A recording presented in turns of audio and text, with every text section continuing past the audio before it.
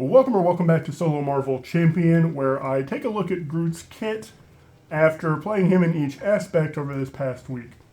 I'll start by saying I really like Groot. He is more flexible than he looks, and he has a really tight theme that makes it so that whatever aspect you play is just kind of flavor to help ensure he's hitting his theme. He does have a little problem with economy, but I'll touch on that a little bit later in the video. All of his effects in his kit fall into three basic categories: place growth counters on Groot, remove growth counters, or care about growth counters. We can see that right on his alter ego side. On alter ego, he has a recovery 4, which is nice. I'll talk about that a little bit in the future. He has 6 hand size and 10 hit points, which is kind of the standard. And his ability falls into the place growth counters category. Growth spurt, place 2 counters on Groot to a maximum of 10. Now, he has one alter ego card.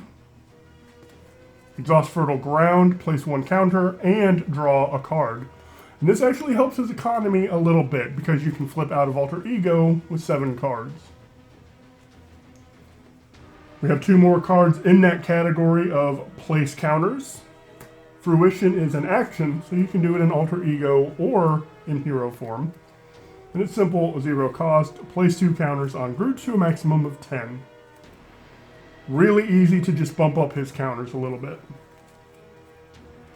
Last card in this category is Root Stomp. It's a hero action, deal 5 damage to an enemy. If it defeats the enemy, place a growth counter on Groot. Now don't get too hung up on placing the counter. You can just hit the villain for 5, and even if you don't defeat the villain and don't get a counter, it's still a really good rate of return. 5 damage for 2 is really good, so don't think you have to be defeating a minion with this every time you play it. The next category we have is remove counters from Groot. Flip him up. This effect is also part of that category. Forced interrupt. When Groot would take any amount of damage, remove that many counters. For every growth counter removed, prevent 1 damage. So it acts as a shield, which affords you a little more time in hero form before you flip down. And I do love to flip down with Groot because that's the main way to get counters on him. Now he has a 1, 2, 3 stat line, which may not look good in solo, but you do have the ability to increase each of those stats, which is really nice. We have 5 other cards that fit into this category of remove counters. The first is Vine Spike. Remove a counter for +2 attack. That gets him up to 4, which is huge. Entangling Vines. Remove a counter for +2 thwart. That gets him up to 3. Again, that's huge. Vine Shield. Remove a counter to get him up to 6 defense. And this is actually really, really good. If you're playing any aspect, you can kind of play perfect defense. You're just not going to get those perfect defense cards that you see in protection. The last upgrade is Lashing Vines.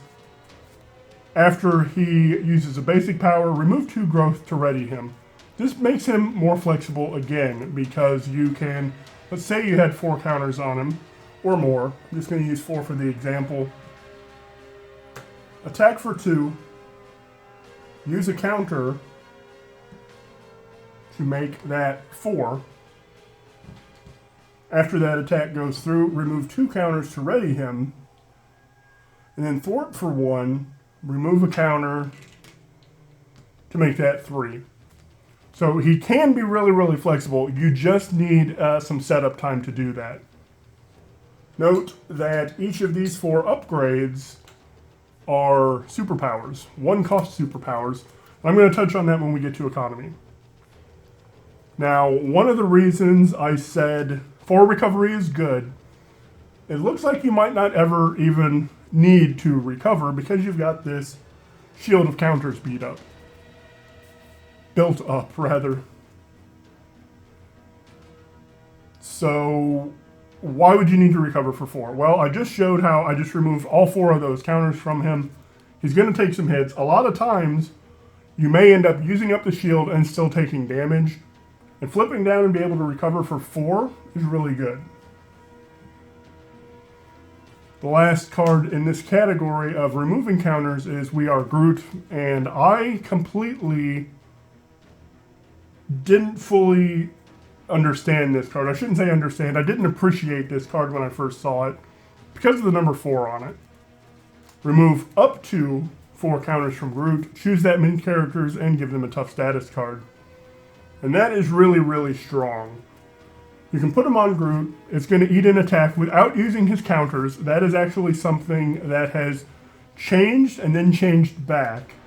There was a time when that forced interrupt would happen before you got to remove the tough status.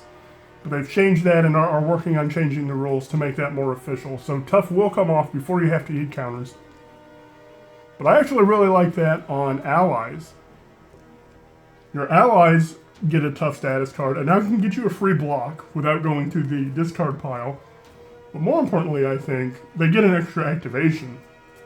This is especially good with an ally that has, say, that has 2 consequential damage. Put a tough status on them, activate, and then those 2 consequential damage are just going to eat that tough status instead of eating into his health. So that card is really good, and one that I just didn't appreciate when I first saw it. The next category is care about counters. I Am Groot is a 3-cost superpower. Remove threat equals to the number of counters on Groot. It's 3, which is a little bit high, but it's fine. I Am Groot is a 2-cost superpower. Deal damage equal to the number of counters on Groot. And you saw me hit big with this in all of the games I played. This is a really good card, and one of the reasons I like having a lot of allies out in Groot to allow him to build up the counters and hit big with an I Am Groot. As long as we're talking about counters, I want to talk about a sweet spot. 5 is decent with these cards. Removing 5 threat, dealing 5 damage is good for these costs. But 4 is actually a pretty good place to be when you want to flip down to Alter Ego. That's because of Fertile Ground. So let's say you were at 5. You were at 5. You attacked and used the counter to make that 4. Now you want to flip down to Alter Ego. Flip down to Alter Ego. He gains 2 counters from Growth Spurt. You can use Fertile Ground to get 1 more and draw a card. And if you don't want that card, you just filter it. So that not only helps with economy a little bit, it can help you filter into the cards you want. Ready, draw your cards, go into the villain phase. On your next turn, use Growth Spurt, get 2 more counters, then Fertile Ground to get up to 10. Now you're coming out of Alter Ego with 10 counters and 7 cards. It's going to help with the economy and hopefully allow you to get a big turn. Now while we're talking about economy, he doesn't have any built-in resource generators, and that's why I say it's not the best economy. Thankfully, every card in his kit, except for Fertile Ground, is a superpower, which means you can reduce the cost of each of those cards by 1. Fertile Ground is a location, so you can't do it with that, but every other card in his kit is a superpower. Unfortunately, Guardians don't have a resource generator like the Quinn Carrier or the X-Jet, so you'll have to use Helicarrier, but it's okay because that's actually the same cost as those other cards. This just reduces a cost rather than giving you a wild. And you know, that is different. So I can see where it might make a difference, but in true solo, most of the time, I'm fine to have that helicarrier. Now, when we're talking about economy, of course, you know, you're always going to run, I say always, maybe you're not. I am always going to run the 3 doubles. Strength, Energy, Genius. But depending on what you're playing, you might also run 2 Power in All of Us, or 2 Power of your Aspect, or both of those. And what you're doing is just increasing the number of cards you have to play in order to shore up his economy. So what I like to do in Groot, and I think it's because his kit is so focused on counters, what I like to do is run low-cost cards. In my Perfect Defense video, I really would have loved to run Desperate Defense and Never Back Down to get those extra effects, but they had a cost of 1. So instead, I ran the 0-cost cards. Defiance, which I actually really like, and Expert Defense. I don't get the Ready, I don't get the Stun, but it only costs me 1 card, and if I have Unflappable in play, I'm going to replace that. So I think that's one way to really tamp down the effects of the bad economy in Groot. Just play lower cost cards. Now, part of that is your allies. I think Groot needs some extra allies just because he doesn't have a signature ally, and you can use those allies to soak attacks, to do some work, without using his growth counters. So, Martin X I really like because he only costs 2, and he has 4 health. That can, you know, fort and or attack 4 times. It can block some small minions. Again, saving growth counters on Groot. Rocket I'll almost play every time in Groot. In fact, I probably will play it every time in Groot. He attacks for 4 with Overkill against minions. And if there's no minions, he's got a 2 thwart, which is good.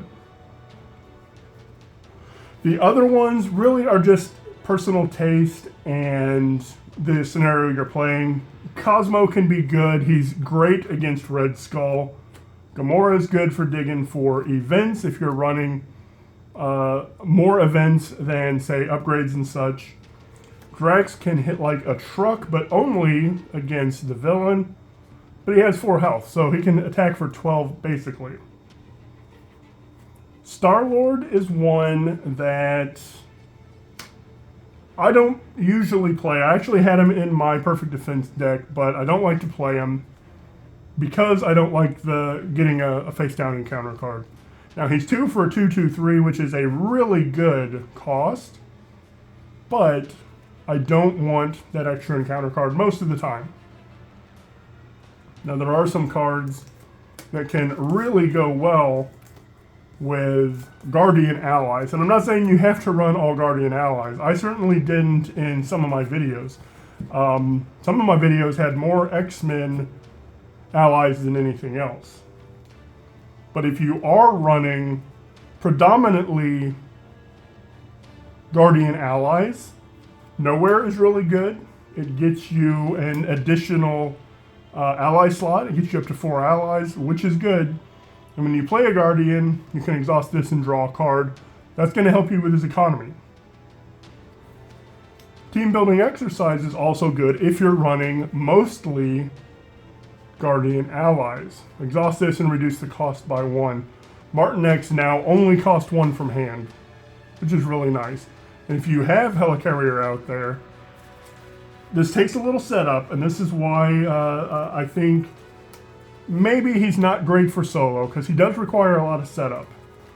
But you can team building exercise to play Martin X for 1. Let's back it up just a second. Use Helicarrier, reduce the cost of the next card you play by 1. So he costs 2 in a Guardian, now he only costs 1. Team building exercise, gets him down to 0. Play him for 0, exhaust nowhere to draw a card. So you're playing him for nothing and replacing him. That's a really nice combo. Again, it takes some setup. Every aspect has some Guardian allies too. So one of my favorites is Starhawk. I really like Starhawk against Drang because of the amount of indirect damage in Drang. I could always eat that with Starhawk. He comes back to hand, I can replay him and get a card with nowhere. So there are some really fun things you can do in Groot, but it takes cards to do it. His kit is so focused on counters, and I'm fine with that because they can be really, really powerful. I beat Drang with 2 I Am Groots back to back. I beat Collector 1 with a Root Stomp followed by an I Am Groot for 9. I dealt 10 to Ultron with an I Am Groot, and then used some attacking and finished him off with a Root Stomp. So counters are a huge part of his kit, and I think rightly so. What that means, though, is you have to add a lot of cards for support if you're going to focus specifically on his counters. Now, you might not focus on his counters. You might say, that's just a shield, and I'm not going to worry about it. You can do whatever you want with your deck at that point. But if you like these counters and want to build them up to have those big swings, I think he takes a lot of setup.